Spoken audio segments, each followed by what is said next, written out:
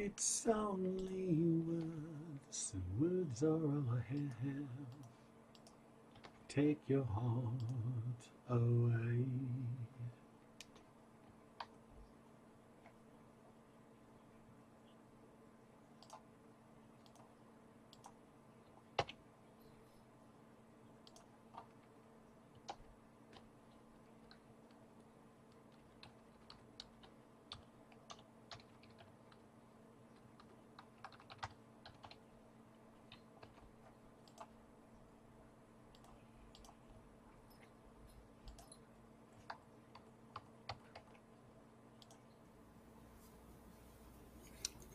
Hello. Sip of coffee. How is everyone today? Anything going on out there? Anything interesting? I don't know. Welcome, everybody. I'll give everyone a minute, or give some of you a minute to get in here and show up. We'll start figuring out some issues here with the draft. A lot going on. Some crazy trades to get the ball rolling on Thursday. It was pretty interesting. Always exciting. A few questions coming in. Just, like I'm not into grading entire drafts or whatever, but I'll look at teams and see what I think in general. I know I've already got a question about the Detroit Lions, and honestly, it's kind of interesting. I think the Lions, just for example, I mean, Aiden Hutchinson, a great pick. A lot of people thought he should have been number one overall. But Jameson Williams, I mean, what does this say? It was a couple thoughts. Hi, Andrea. A couple thoughts. First of all, everyone who is, mocking Malik Willis to number 2 to the Lions overall should be mocked. And I'm not a mock shamer, right? There's people out there that are trying to do this, and as roster watch buddy Alex Dunlap told me last night, that the draft is when all the line ends, and so everyone's talking to people and learning things. So never really seemed that realistic, but kind of thought maybe they'd come back later and maybe land Willis and kind of work for the future. That they didn't doesn't bother me, but does it tell you something about Jared Goff? There's still some quarterbacks available in the draft. Maybe they can invest in somebody late. I know Howell is still available out there. Big story of the draft, quarterback slides. That doesn't happen too much. People worry about that position, or the NFL guys worry about that position an awful lot. Let me do a little retweeting here. People, bear with me. Taking care of my business. And really appreciate you showing up. I know the draft is starting up as we speak. Coverage on Sirius XM Fantasy Sports Radio starts now as well. I'll be on later today. Me and Mike Dempsey will be on at 4 o'clock Eastern, 4 to 7. Expanded 3-hour football diehards for you all. I've been having a good time doing coverage the last 2 days, along with Dempsey, Jeff Manns, Jeff Ratcliffe, John Hansen, Fabiano, the whole crew. And so really had a good time. Had John Lobb, who you all know from these live streams, on the show late last night.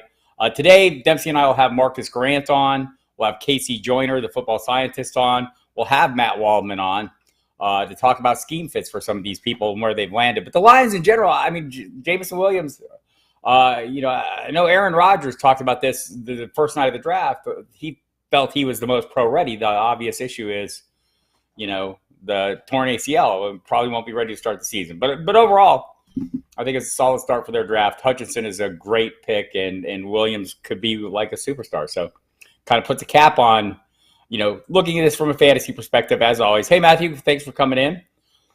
Looking at this from a fantasy perspective, which is kind of what we're doing here. Your best ball shares of DJ Chark kind of went, maybe a little bit. I mean, because Williams, we don't know when he's going to be there. We don't know how long it's going to take him to get ready. So that's the question mark there. But expecting him to be great over the course of time, clearly a great route runner, does a lot of things well. So expecting him to be fantastic going forward is a reasonable expectation, Jeff. So I think Lions have started out well, and also they're maybe signaling us a little bit that maybe Jared Goff could be more than a bridge quarterback, right? That's kind of, or they could be signaling us what everyone else signaled us. We don't like the quarterbacks very much in this draft, as we saw the precipitous slides for the quarterbacks, not named Kenny Pickett, who, Again, a lot of chatter about Malik Willis. Clearly, he had some development that was coming. But Kenny Pickett in the first round, 20th pick overall, he could well compete for the starting job right out of the chute. Matt Corral goes to the Panthers. They traded up to get him. Desmond Ridder, same for him for the Falcons. Goes into a good situation with a creative offensive mind than Arthur Smith, who has done really good things from his time at Tennessee up through his time with the Falcons now. So Marcus Mariota there as the starter. So it's interesting. Willis in Tennessee, not going to be the starter right away. There's a big investment in Ryan Tannehill there, so nobody should have huge expectations, or any grand ideas that Willis is going to come in. He needs development, right? He played at a lower level, Liberty, not the high-end competition that you kind of look for from these players. But again, you don't want to preclude anyone from anything. I think Russell Wilson, the third-round pick of the Seahawks back in the day, came out and kind of shifted the paradigm a little bit, where people looked at, the benefits of starting these quarterbacks early, getting them going and having them get some success. Yeah, I think so. Andrea mentions the quarterbacks are better in next year's draft. There's no doubt about that. It's going to be a better class, right? And I think that's no surprise. But also, a couple things working here. Are there really 32 quarterbacks at any given time? 32 high-end quarterbacks, and you could exaggerate and say, yeah, not maybe half that many. It's probably more. I think there's more right now than we've seen maybe in some years, maybe 20, 25. Get down to that iffy range. I mean, they're not franchise quarterbacks, but they're serviceable. All the starters seem fairly serviceable at this point, for the most part. There are exceptions, But I mean, that's why teams take shots on quarterbacks, and they're such a valuable commodity. You don't often see them slide. So that they slid this year, number one, we knew it was not going to be a good class. Number two, teams had a lot of needs. A lot of the teams that are not good teams, had a lot of needs, including the Falcons. Let's throw the Texans in there, and where they're going to give Davis Mills a shot. I don't know if Davis Mills gets that same shot if the Texans were loaded across the board otherwise. So we'll see. There are a lot of interesting things happening in this draft. Number one, the running backs, from a fantasy perspective, we're going to have to deal with some issues, people. Right? Jeff Ratcliffe said it on the Sirius broadcast last night. This is why we can't have nice things. Breece Hall goes to the Jets. Sorry, Michael Carter. Kenneth Walker goes to the Seahawks. Sorry. Remember Rashad Penny, the guy that came on finally last year, and over the final 6 games of the season had 200 more rushing yards than any other running back in the NFL, and won people fantasy titles, one of those running backs that we see them all the time that do that. Well, Kenneth Walker added in the mix. This probably says more about Chris Carson's future than it does about Rashad Penny, but it says something, right? It's not Brian Robinson going to the Washington Commanders. Antonio Gibson, maybe it confirms what we all already knew. What do you guys think of Antonio Gibson? Are you comfortable drafting him where he's going? Are you comfortable with him? If you draft wide receiver early as your running back 1, would you prefer him as your running back 2? Or are you maybe finding better value in that range? And we're going to start, I know Matthew's out here. Matthew, we're going to get some of these people, Scott Covey, that come in this chat regularly, and we're going to start doing some mock drafts here in the coming weeks that we'll maybe do in the evenings and put them on the YouTube here on the channel so you can follow along, do some instant analysis while we're drafting. And we'll find out. But, Brian Robinson's arrival does not speak well. I know some of the local reporting I saw last night suggested that the team hasn't been exactly thrilled with the output Antonio Gibson's given him. I can tell you fantasy managers feel the same. Andrea says running back 2 for her, and I'm probably there too. Also, I'm not necessarily pushing for that, right? Jeff Clark also running back 2. There are other guys I prefer also as my running back 2, and I think you guys would probably agree with that. You're kind of get to a spot, and I mean, we think he's a great volume play, but he hasn't mastered, for a former receiver, he hasn't mastered some of the aspects of the receiving game, most likely pass protection, right? That's always the problem for running backs. James Cook goes to the Buffalo Bills. Dalvin's little brother, who looks a lot like him, except is a little littler, but a lot of the same skills and more of a receiving threat. Look, this is not a surprise, right? So if you're a Devin Singletary investor, if you've been doing best balls early and you have some Singletary shares, and I'm going to get into something that I talked about a week ago, I think I filled in for Jeff Ratcliffe on his Sirius show. And I wanted to follow up on a theory that he was throwing out there that I agree with. about drafting a running back early, then hammering the wide receiver value, then waiting a little longer for the second running back. Because I think there are some guys, and Devil Singletary was a guy, maybe you can still get as your third running back, even if you waited long. He's going long. 49ers, late in the end of round 3, drafted Ty Davis Price out of LSU. Again, won't touch Robert Taylor, won't touch Gibson.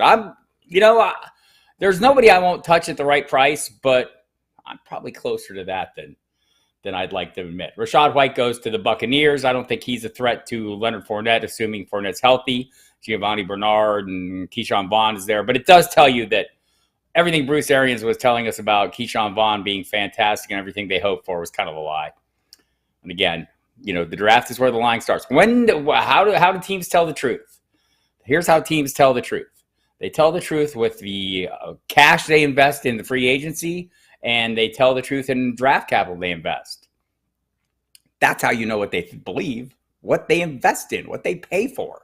So, and that's going to be an interesting topic with these wide receivers. I'm going to touch on it. If you heard me last night on Sirius, I got into it a little bit. And I think this is a true situation. Brian Larkin has some thoughts about the Pats' first 2 picks. Cole Strange will give Mac Jones a second more of hold time, and that's a second extra for Tyquan going down the field. Right.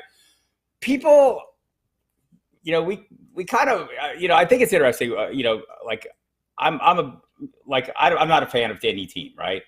But I am a fan of how the Patriots have gone about things, except for the cheating part. I know, go ahead, yell at me. But no, I think everyone's doing what they can to gain competitive advantages. But just the way they handle their business, the way they draft everything except wide receiver. So Tyquan Thornton, the wide receiver out of Baylor, picked in the second round.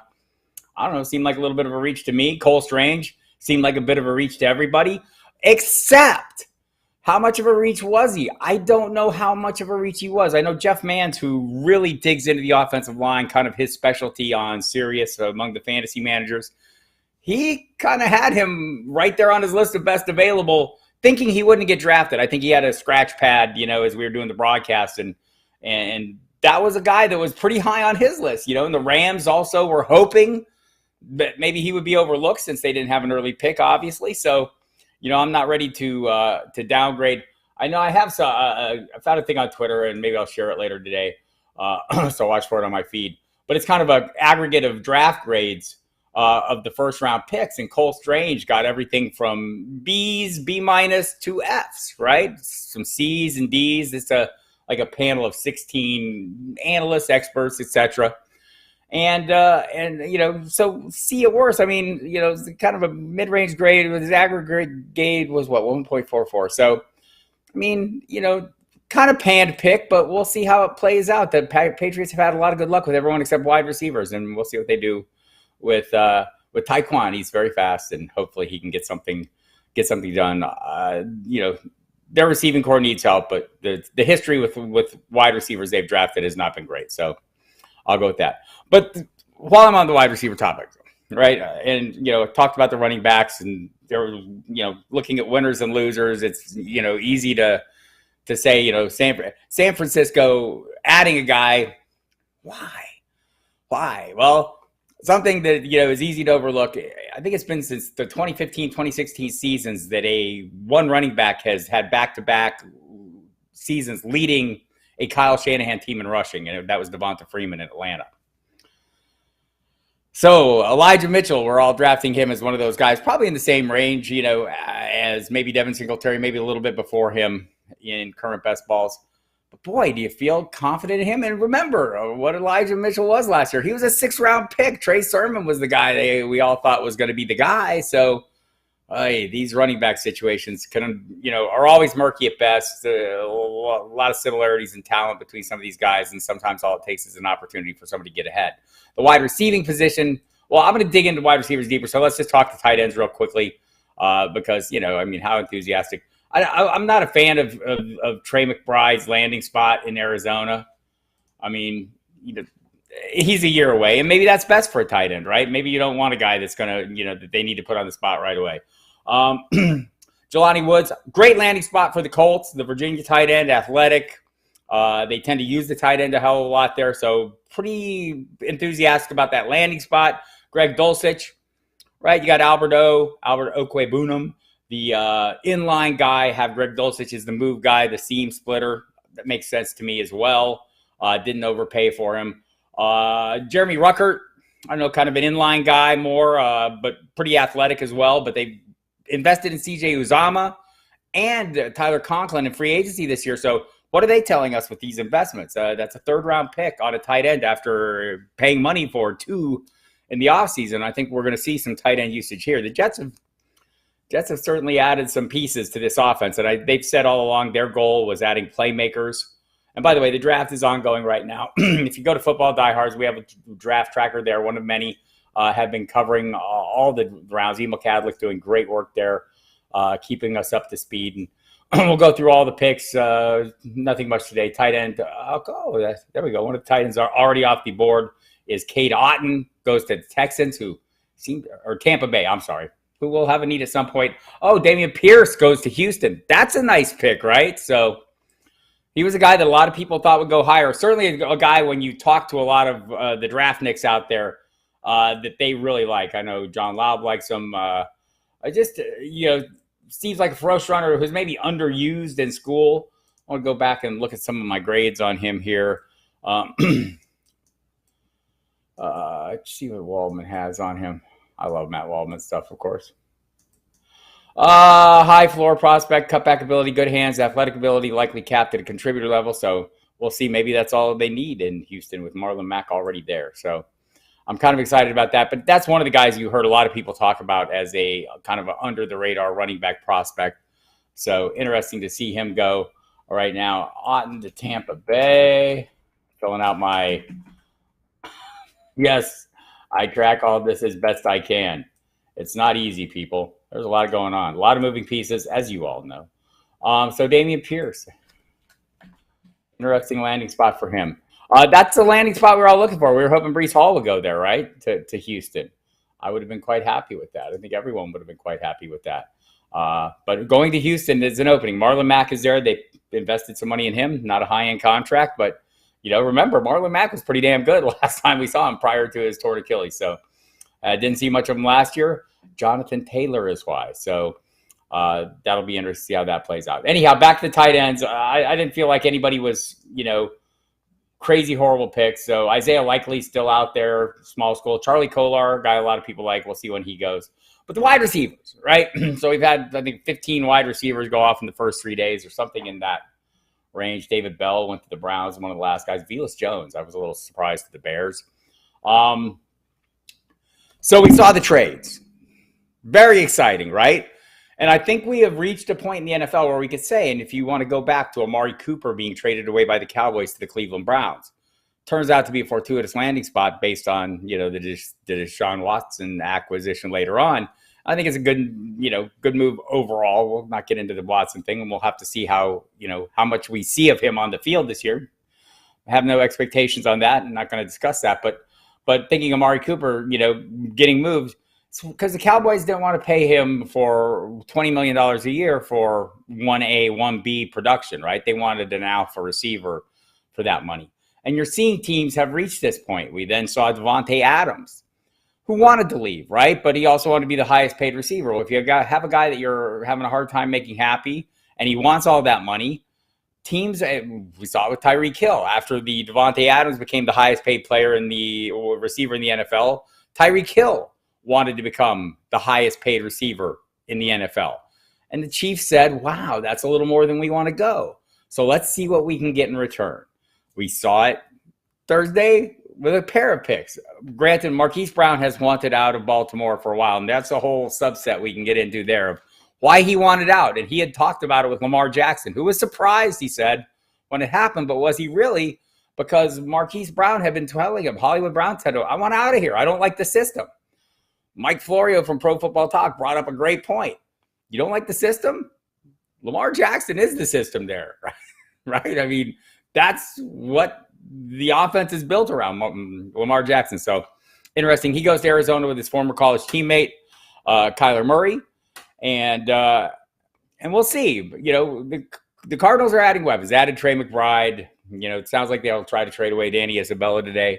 My bad. And we'll see how that plays out. But anyway, you almost get the feeling that Arizona doesn't really understand its problems, right? Because its problems might not necessarily be a lack of weapons. Target might be Cliff Kingsbury's offense might be the problem, honestly, right? 2 seasons in a row with big classes. Anyhow, another topic we can get into if you'd like. And again, you can ask questions, hit the like button or the dislike button. If you hate me, dislike me. I'm okay with that. Subscribe, hit the notification bell. We're here every Saturday. We're going to start picking up the pace here with some mock drafts too and during the week. So watch my Twitter feed, watch the FF Diehards at FF Diehards Twitter feed as well. And if you get the notifications for this channel, it'll be fantastic. It'll help you out so you'll know what's going on if you subscribe. Anyhow, so then we see A.J. Brown traded the Eagles. We had heard these teams, we'd heard the Titans. Mike Vrabel, you saw his reaction. Go check it out on Twitter if you didn't. I mean, he was obviously not happy to have to let go of these players. But what teams are realizing is there's a lot of receivers coming into the league these days, right? We can go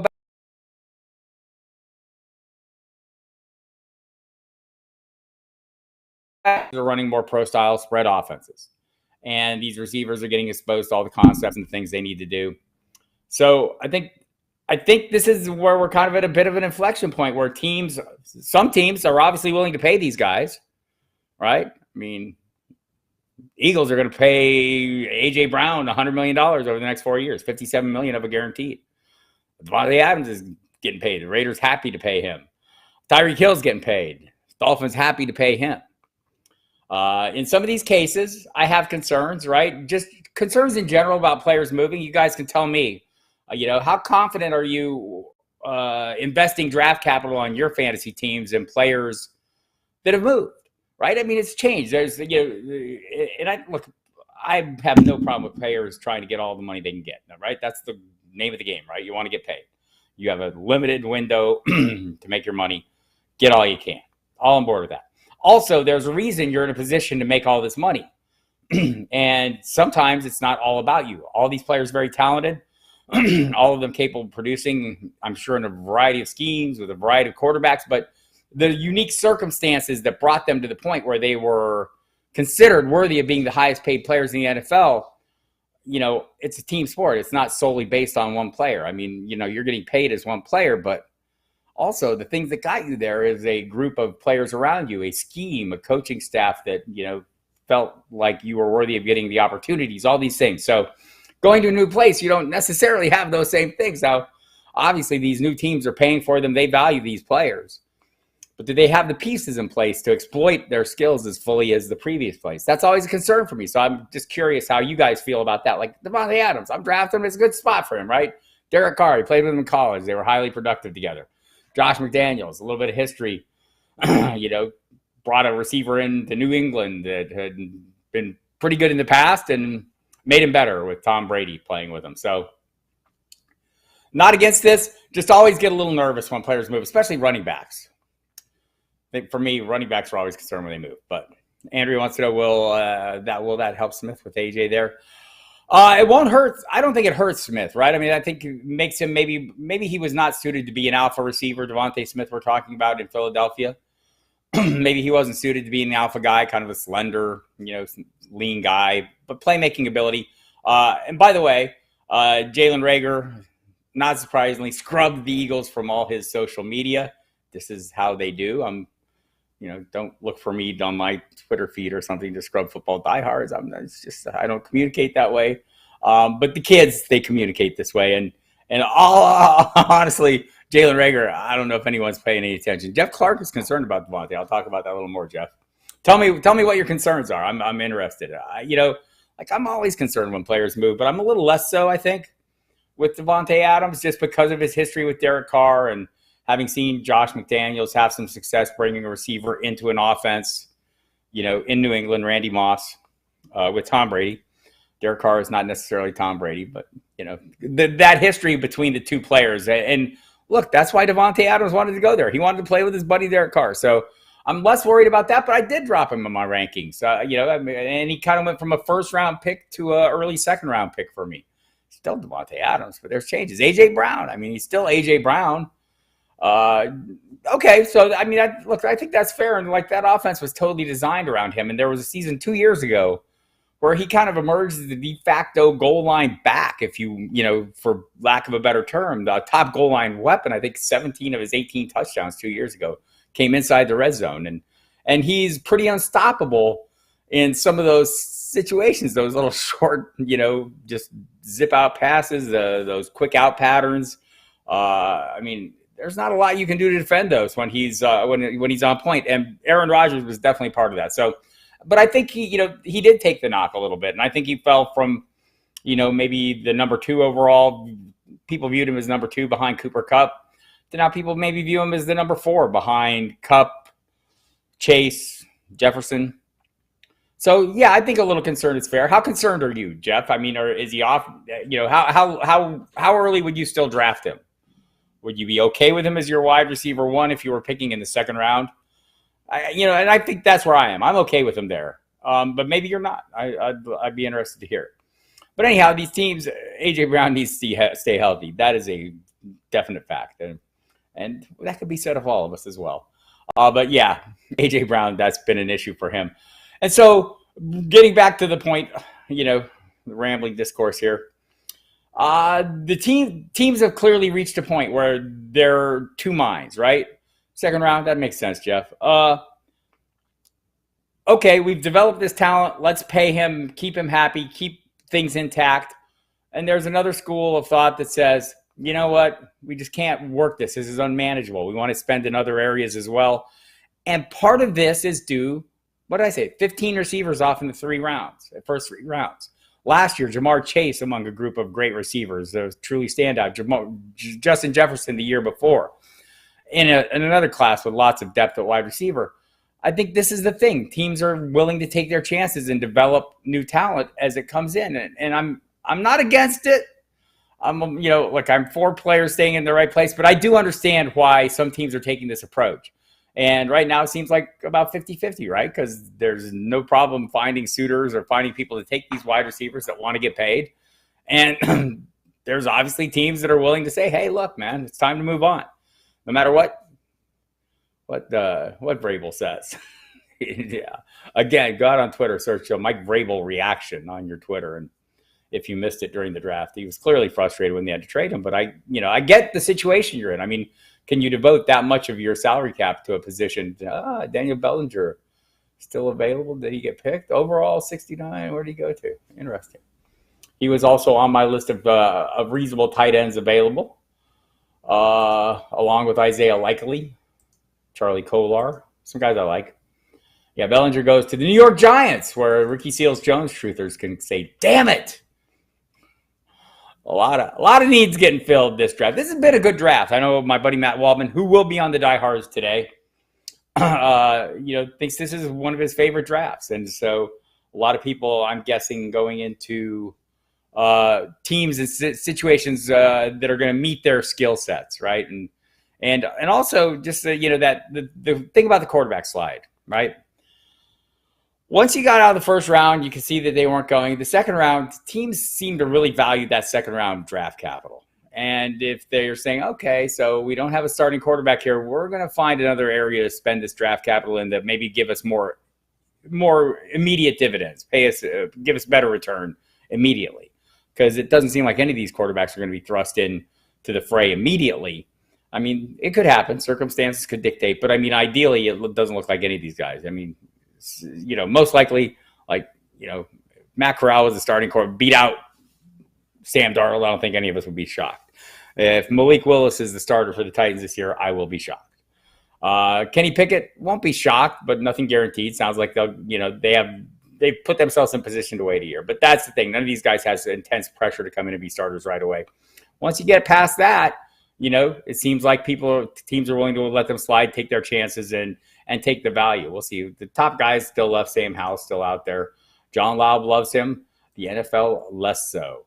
So we'll see what's up with that here as we get through. Again, if you've been following along on Football Diehards, we've got the draft tracker up and running there. You can see picks in real time. I've done a lot of news and views on the first 3 days. Won't do those as much today. And you will be able to hear me broadcasting later today on SiriusXM Fantasy Sports Radio.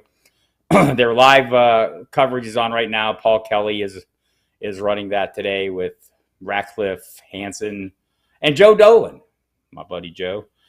Dempsey and I will take over at 4 p.m. Eastern time. So if you want to give that a listen later today, we'll have great guests. Marcus Grant from NFL.com. Casey Joyner, the football scientist, who is already chomping at the bit to get his magazine stuff. We'll start working on the green flag for the magazines, people. If you are not familiar with, we do a number of magazines: Fantasy Football Pro Forecast, the Cheat Sheets magazine, Draft Book magazine, and Football Diehards magazines. Lots of great contributors, tons of great content. We really work hard to get that content to, kind of make it evergreen for the magazine. Like, there's going to be time-sensitive stuff. We've been doing this a long time. I think Pro Forecast, this will be our 33rd edition, so that's a long time. We realize, the limitations of the print medium, and we kind of work within those, and then we add to them with the website. And you can check all that out, get a magazine, you get a free look at the website, get the website, get a magazine. It all fits hand in glove.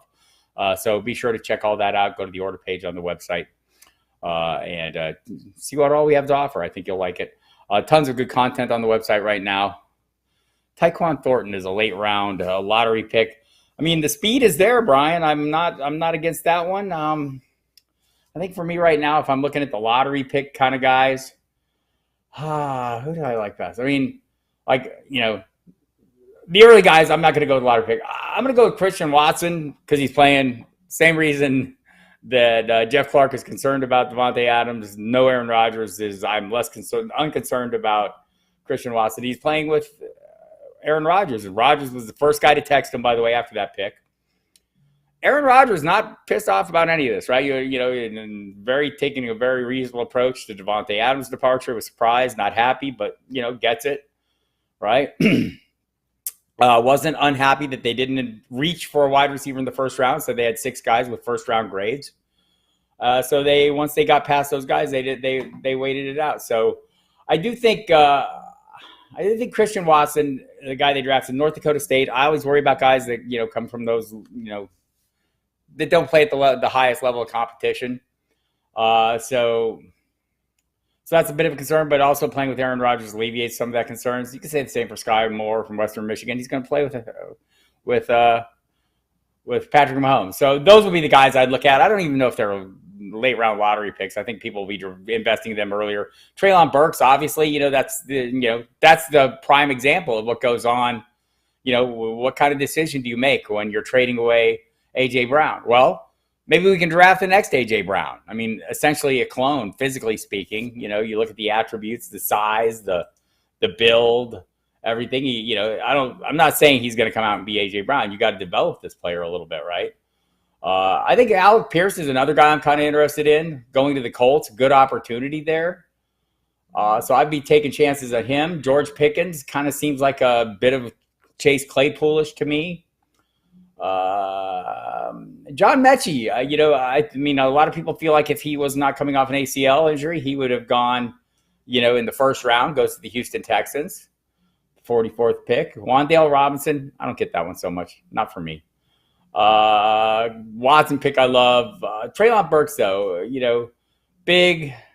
Let's see. He came up a bit slow at the combine. I'm trying to see why he fell a little bit.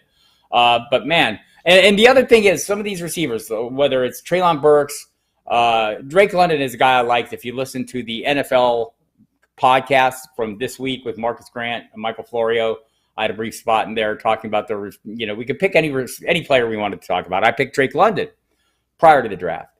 Because why? He's got a couple things, right? He's got size. Not everyone does. He's 6'4", 220. I always look for the bigger guys. And he's got versatility. And we don't know about his speed. So I'm looking for size, speed, and versatility. He has 2 of those 3. Probably more or as much. More of the size, as much of the versatility. He has played inside and out. I like him going to Atlanta, where, as I mentioned, Arthur Smith, great offensive mind, can find ways to use these guys. Putting together a bit of a basketball team, as someone has said on the NFL Network coverage. You got Kyle Pitts, you've got Drake London, you've got some big bodies there, and opportunities will abound if the quarterback can get the job done. Whether it's Marcus Mariota, who I'm a little bit of a truther, I think maybe, things don't work out in one place doesn't mean they won't work out in the next. I know the Mitchell Trubisky in Pittsburgh, they're hoping the same. And if it doesn't, they'll go Kenny Pickett. And if it doesn't in Atlanta, we may see Desmond Ridder earlier. The magazines will start coming out in July, and will go out into August. We have 5 of them all together, 2 versions of the Pro Forecast and the other. So the first Pro Forecast, I think, come out early in July. So we get to work on those in earnest. I've been chipping away, doing my part. Emil Kadlik doing his part, getting as much done, getting some of the preliminary pieces out of the way. Always a joyous process putting these things together. A labor of love. Got some great contributors that you know out there in the industry. Gary Davenport leading the way, and great expert polls, mock drafts, tons of content. And I think that's the thing. You're trying to get a diversity of opinion out there, lots of people with various ideas. And that's something we've always embraced. Casey Joyner, who will be on the Diehards program today, big contributor as well. Marcus Grant from NFL.com, you'll also find in these magazines. Matt Waldman, you will find in the magazines. So a lot of the voices you hear on the Football Diehards on Sirius XM, a lot of the people who come visit here, John Lobb, yes, John Lobb will be in the magazines. Of course he will. So plenty of excitement there as we get started into those. But these wide receivers, I mean, this is the position of abundance right now. And so I think this is what's causing teams. This has changed the dynamic a little bit. When players want out of somewhere, I think the availability of the possibility of replenishing that through the draft has increased. Teams have seen this. And so that's why you're seeing some of them a little more willing to move on than others. And so let's look at, some of those receivers that went early on. I mean, Drake London, I mentioned USC, big, versatile, can play inside and out. Garrett Wilson goes to the Jets. I think, you could go any different variety of ways with this one. I mean, am I a little concerned, that he wasn't necessarily the best receiver on his college team? I mean, there was arguments. Some people like Chris Olave better than they like Garrett Wilson. Chris Olave went a little later on to the New Orleans Saints, who by the way, I think are having a great draft. But Drake London, first guy off the board, really love him. Big, he's had 1,000-yard receiving season last year in 8 games before he fractured an ankle. So that kind of limited what he could show at the combine in terms of speed. Mike Dempsey will argue, my co-host on Sirius, that somebody who doesn't run, does all the workouts at their pro day except run, is trying to hide something. It's possible, but the tape also doesn't lie, and you can see him gaining separation. So Garrett Wilson goes next. Very polished, great route runner. We'll see how he fits into this receiving core alongside Elijah Moore and Corey Davis. I mean, those are both reasonably good players. Elijah Moore became a bit of a star. Looked like a bit of a breakout as a rookie last year playing with Zach Wilson. But the Jets, also added Breece Hall at running back. The Jets clearly are trying to give, and a tight end, by the way, they're definitely trying to give Zach Wilson his best chance to get the job done. Then Chris Olave went off with the 11th pick overall to New Orleans. Great pick. He's also a versatile guy, can play inside and outside. Working alongside Michael Thomas will be a huge factor for him. Jameson Williams, talked about him earlier, going to the Lions with the 12th pick overall. Again, maybe the most polished route runner and a huge home run hitter, right? A big speed player. Jahan Dotson to Washington. They traded out of that 11th spot. Maybe they wanted London, and once London was gone, they moved on. So Jahan Dotson is another guy, really, finesse player, can play at every level, short, intermediate, deep. He'll work alongside Terry McLaurin, Curtis Samuel. Expect him to be the 2 is not a reach, and Carson Wentz, whatever everyone else thinks about him. And I mean, I get the issues with him, right? There's clearly problems, or he would be on the same team.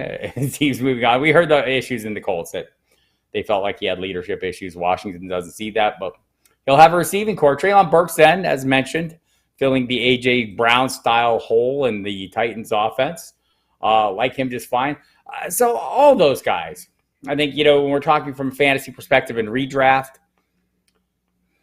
they're worthy of a late-round investment, I think. They're all landing in decent spots. And then, we can go into the next round and then say, I like some of those guys maybe even better, better landing spots. I mentioned it, Christian Watson with the 34th pick overall. The Packers trade up to get him. I think that's a great pick. We'll see about some of these other guys. They went later. Wan'Dale Robinson, not quite as sold on, right? Mechie, I do love. I think he'll be a good play in Houston. Where I'm a little more of a believer in Davis Mills. I'm share that with the Titans, who apparently believe in him. Tyquan Thornton, I mean, there's a lot to like about him. He's especially his deep speed, can gain separation, super vertical threat. So like a lot about him. George Pickens is a guy people thought could go earlier. Kind of tall, thin guy. He's could use a little additional strength. Again, he goes to the Steelers, where I kind of think of Chase Claypool, and may, not a direct comparison, but not an indirect comparison either. I don't think it's out of line to say that he kind of can handle a similar kind of role. Alec Pierce, a guy I really like that went with the 53rd pick overall to the Colts. Mostly I like the landing spot. Also, I like the player. Had gained some run playing at Cincinnati. So not against that one. I'll be honest with you. Chiefs, Sky Moore, not against that one either. Western Michigan didn't maybe play in the high-end competition, but he did catch 95 passes, 1,200 yards, 10 touchdowns during that final college season. Not a big guy.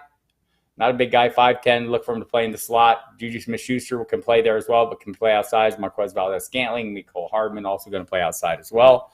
So, probably not as eager on some of these guys. Velus Jones Jr., probably not going to see him get drafted a hell of a lot or at all. Jalen Tolbert, guy I like, mostly because I got to talk to him. It was a great interview. But also a guy who impressed. And the thing that caught my eye about him is he seemed to play up to his level of competition, something he did in the Senior Bowl by playing really well there, but also in games. So interesting stuff. Brian Larkin wants to know, some years I gamble with quarterback-wide receiver combo. What quarterback-wide receiver would you take a combo? Jeff Clark, cover your ears. I'm investing a lot in Carr and Adams, right? Like getting Adams in the second round and then getting Carr way later. People aren't, all in on him. And look, you can get a higher-end quarterback and make him your second quarterback if you want.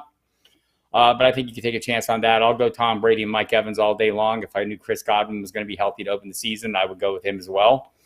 And Brady in combo. So, any other combos I'm trying to get? Kyler Murray and DeAndre Hopkins are kind of more affordable than they have been in the past. So I'm looking to maybe latch on to that value there. I don't think that's a bad one. Who else have I been working hard to get? I'll go for Lamar Jackson and Mark Andrews. No, not a wide receiver, but a tight end. I just like the history between the two, right? That's the thing. And the prices. So always, people, if you've been visiting these videos or listen to me on Sirius or read my work at Football Diehards, I'm a cheapskate.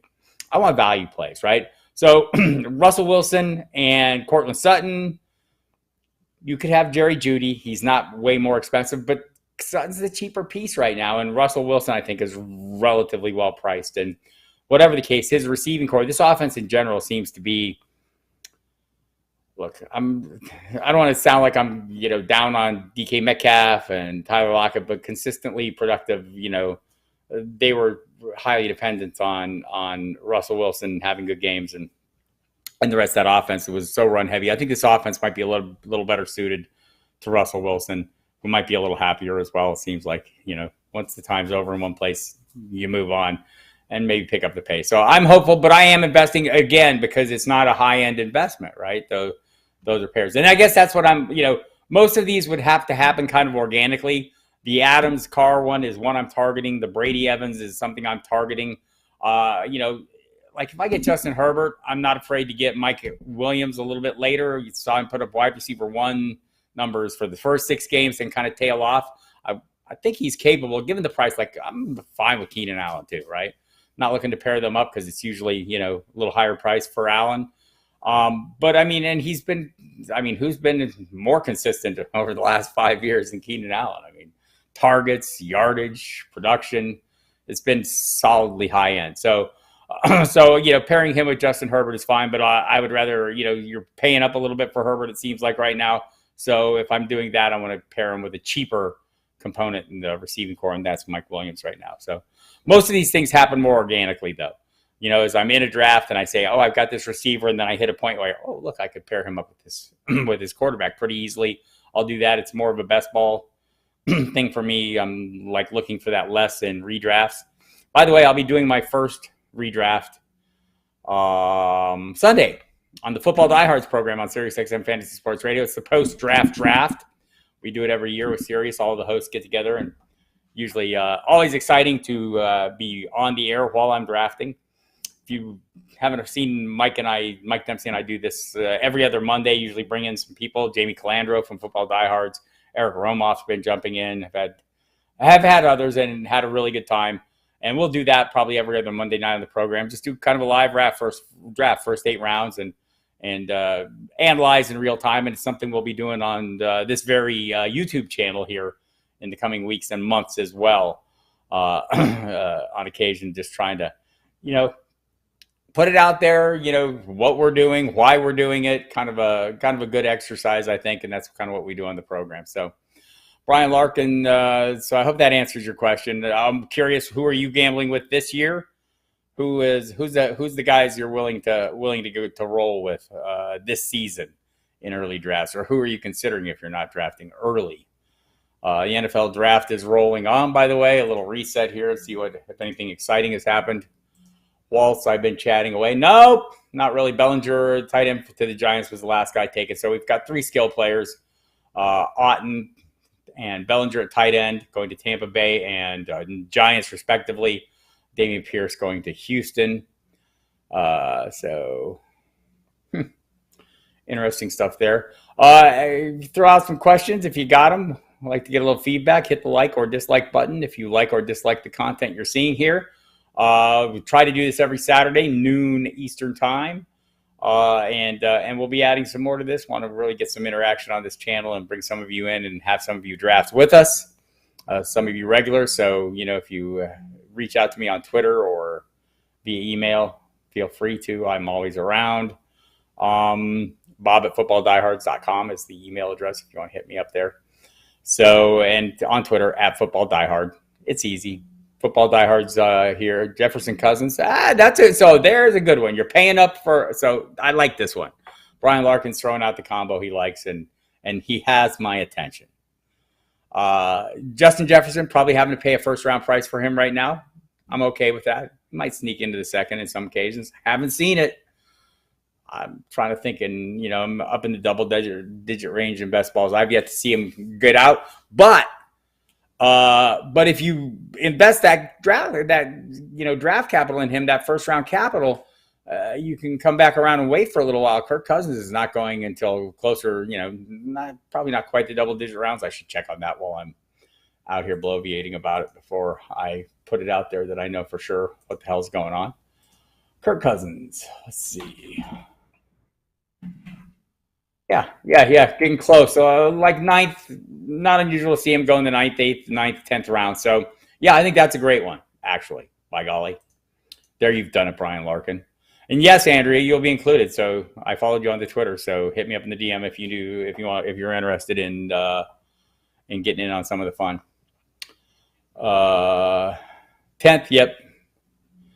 I'm guessing you're talking about the Cousins draft range. So yeah, so a lot going on here. If you have any more questions, we're going to get to wrapping it up and I can get back to watching the draft and getting ready for this afternoon. Again, if you haven't been following along, SiriusXM Fantasy Sports Radio, been doing great draft coverage. I've been in on it the last 2 nights, along with Dempsey, Jeff Mans, Jeff Ratcliffe, John Hansen, Michael Fabiano.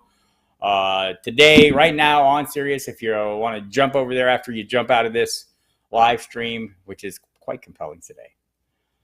You got Paul Kelly, John Hansen, Jeff Ratcliffe, and Joe Dolan, and then Mike Dempsey and I will take over at 4 p.m. Eastern, 3-hour special edition of the Diehards.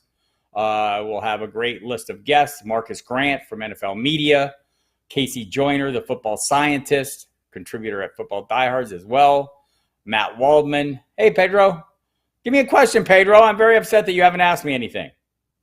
Okay, I'm not really upset. It's nice for you to come. Appreciate everyone showing up every week and, watch the replays, hit the like button, hit the dislike button, hit the share button, do all the things that make the algorithm happy, including subscribing. Also go to footballdiehards.com. Check out all the latest info there. John Lobb's draft reviews are all there, and he'll be doing some post-draft work and re-ranking his grades Also today, Matt Waldman from the Rookie Scouting Portfolio will be joining us on the radio program, and you won't want to miss that. He's very excited about this draft. I see on the Twitter, so watch for that. All right, any more questions? I think we've rambled on endlessly enough. Bold move going with Cousins. I think it is, but I think it's a great value. I mean, so about a draft, right? A draft is a mixture of paying up for players you really want, moving a little ahead of ADP, right? Average draft position. Average draft position isn't where you have to draft somebody, people. It's where that person is going. If you want to draft them, you have to move a little ahead of average draft position. Pay up a little bit, right? I think, and that's okay. Don't be afraid to, use ADP as a guide. Don't use it as a guardrail, right? I mean, say, okay, this is where he's going. I want him. I need to jump up we have a tool on the site, a stomp tool that will help you, dial in when you need to draft the players you're really focused on. You should go check that out on the resources tab at thefootballdiehards.com. But yeah, that's, and so when you get a player that you're paying up for a little bit, you have to come back and work some values on that, right? You have to find some values. And Kirk Cousins, I think, is a value play. I think he's a guy that you're getting at a reasonable damn price. Who, by the way, I mean, kind of like Carson Wentz. Maybe you don't love him as an NFL quarterback. Maybe he hasn't taken his team, to the playoffs or contended for championships every year. NFL version, but fantasy version, you can easily get by with the Kirk Cousins. And, I often draft an upside play ahead of him. Maybe I take a chance on a Trey Lance. Maybe I take a chance on Justin Fields. Well, probably not on Justin Fields. But maybe you take a chance on a quarterback, Deshaun Watson. You can come back around and get a, what I like to call steady eddies. You get a guy a little later that can get the job done, right? Kirk Cousins every week. You can count on a reasonable amount of production from him. And maybe, just maybe, got to take into account coaching situations. He's had a change. Mike Zimmer loves to play defense, loves to run the football. Always had a Kubiak calling his plays for the most part, at least recently in Minnesota. Guys that are focused on the rushing attack. Maybe Kevin O'Connell is going to focus on a more varied attack, and that adds some additional interest in Justin Jefferson, who thinks he's going to be playing the Cooper Kupp role.